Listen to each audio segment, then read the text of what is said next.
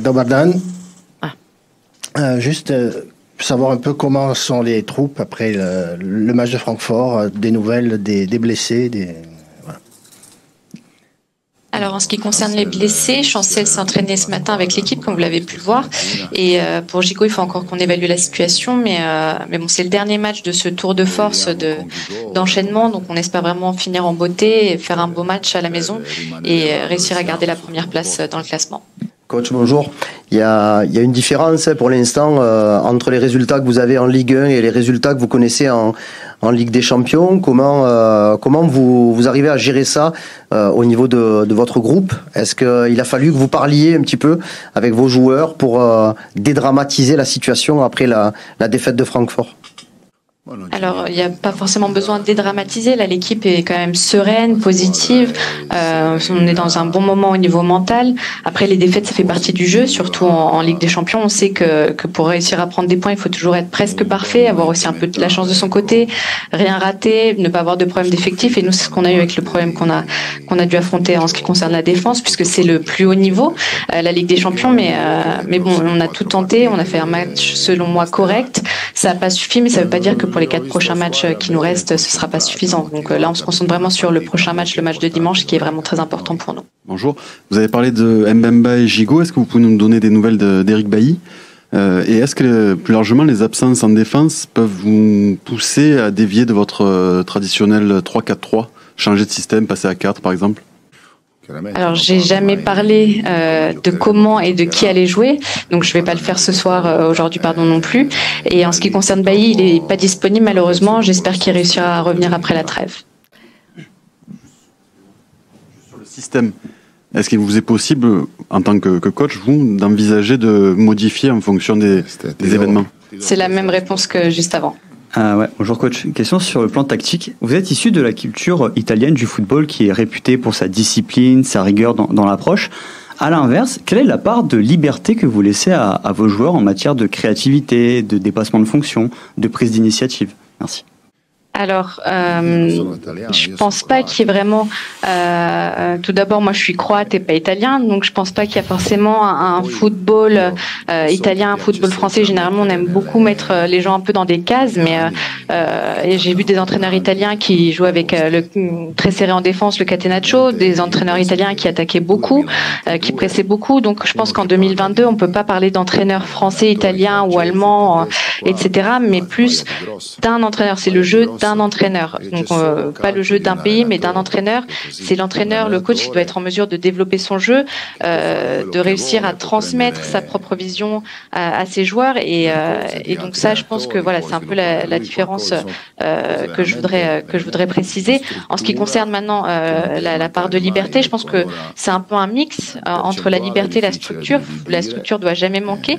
Je ne saurais pas vous dire exactement le pourcentage, mais en attaque, il y a peut-être un peu plus de liberté, évidemment en défense un peu moins puisque c'est une phase qui nécessite un peu plus de rigueur. Coach, au fond, bonjour. Je voulais vous poser une question sur Gerson, qui a un petit peu agacé les supporters quand il a été remplacé contre Francfort, a un peu traîné les pieds, sortir au ralenti. Voilà, est-ce que c'est quelque chose qui vous a interpellé, qui vous a agacé? Est-ce que globalement vous trouvez que Gerson fait les efforts nécessaires pour être à son top niveau? Est-ce que voilà, vous le trouvez, enfin comment vous trouvez Gerson en ce moment? On n'a pas l'impression qu'il soit véritablement à 100% de ses capacités.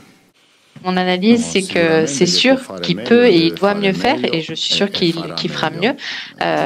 C'est vraiment un bon garçon, il a une âme pure, il est sensible aussi, donc c'est vraiment un personnage singulier. Il a beaucoup joué, je l'ai fait beaucoup jouer, et je le ferai jouer encore, parce que pour moi, c'est un joueur qui est très fort et qui est important pour nous. Bonjour coach, pour continuer sur les cas individuels, qu'est-ce que vous pouvez nous dire de Bamba Dieng? Qu'est-ce que vous pensez de ce joueur? Comment est-il actuellement, physiquement, mais aussi psychologiquement après l'été compliqué qu'il a vécu? Et est-ce que vous comptez enfin lui donner sa chance, lui qui a rarement démérité quand il était sur le terrain? Oui, c'est vrai que si on peut utiliser un seul adjectif, c'est un été compliqué, mais c'est vraiment quelqu'un de formidable, il est très gentil, c'est vraiment quelqu'un de bien, et maintenant il s'entraîne, il fait partie du groupe. Lors de la dernière journée de Ligue 1, il y a eu une expérience menée avec un arbitre équipé d'un micro. Quel regard vous portez sur cette initiative. Est-ce que vous êtes favorable ou pas à cela et pourquoi ? Alors honnêtement, je n'étais pas au courant. Si je dois donner ma première impression, je pense pas que ce soit une mauvaise idée. Honnêtement, je pense que ça peut être aussi un moyen pour les supporters d'être plus proches de l'action. Ça les aide aussi à comprendre les décisions qui sont prises, puisque c'est dur parfois de l'extérieur. Être arbitre, c'est pas quelque chose de simple. On sait que c'est un métier très difficile, et donc ça pourrait permettre de mieux comprendre les difficultés qui sont liées à ce travail. Donc honnêtement, je pense pas que ce soit une mauvaise idée. Oui, coach, bonjour. Une question sur votre management. Comment le définiriez-vous? Est-ce que vous êtes proche de vos joueurs? Vous pouvez être, on l'a vu, très dur avec eux, ça a été chaud avec certains. Votre gabarit imposant aussi peut impressionner. Et donc la qualification de votre management, est-ce qu'il y a un entraîneur que vous avez eu? Vous avez eu de grands entraîneurs quand vous étiez joueur, notamment à la Juve. Est-ce qu'il y en a un qui vous a plus marqué et de qui avec qui de qui vous avez gardé un peu ces habitudes-là aussi? Voilà, s'il vous plaît. Je pense que c'est difficile de copier un entraîneur. Ce qu'on peut faire, c'est modifier, prendre un peu des aspects qui nous plaisent et les modifier, les adapter à notre caractère. Moi, j'ai 45 ans et je continue à apprendre à me connaître, à savoir qui je suis. Donc c'est vrai, je suis d'accord avec vous que je peux avoir différents caractères, différentes casquettes. Je pense que ce qui me caractérise le plus, c'est peut-être le fait que je crois vraiment à la hiérarchie, en que chacun doit faire son propre travail et pas faire celui des autres. Quand je vois ça, je suis tranquille et je peux être même plus gentil, plus bon. Après, c'est vrai que quand je veux changer les choses, parce que je pense qu'elles sont pas faites de la bonne façon, ça peut créer des tensions. Tout le monde n'est pas forcément d'accord. C'est sûr que si un joueur a fait un travail d'une certaine manière pendant des années et que maintenant je lui dis que c'est pas la façon dont il faut travailler, ça peut créer des tensions, ça peut créer des difficultés. Mais moi, je crois en ce que je fais et je pense que c'est important de suivre son propre chemin et ça, je le mets en application tant dans le travail que dans ma vie personnelle. Bonjour. Une question sur Pape Gueye. Il a été titulaire que 2 fois depuis le début de saison. Pensez-vous qu'il mérite de jouer plus? Et une autre petite question sur Paul Lopez. Que pensez-vous de son début de saison? Alors en ce qui concerne Pau, c'est vraiment quelqu'un de très important parce qu'il a beaucoup de valeurs, que ce soit des valeurs de football qu'au niveau personnel. Et donc je suis vraiment très contente de l'avoir dans le vestiaire. Et en ce qui concerne Pape, c'est vrai qu'il a joué 2 matchs cette saison, mais simplement parce que les autres joueurs qui jouent au même poste ont bien fait, ont obtenu des bons résultats. Dans le foot, il n'y a jamais rien d'acquis.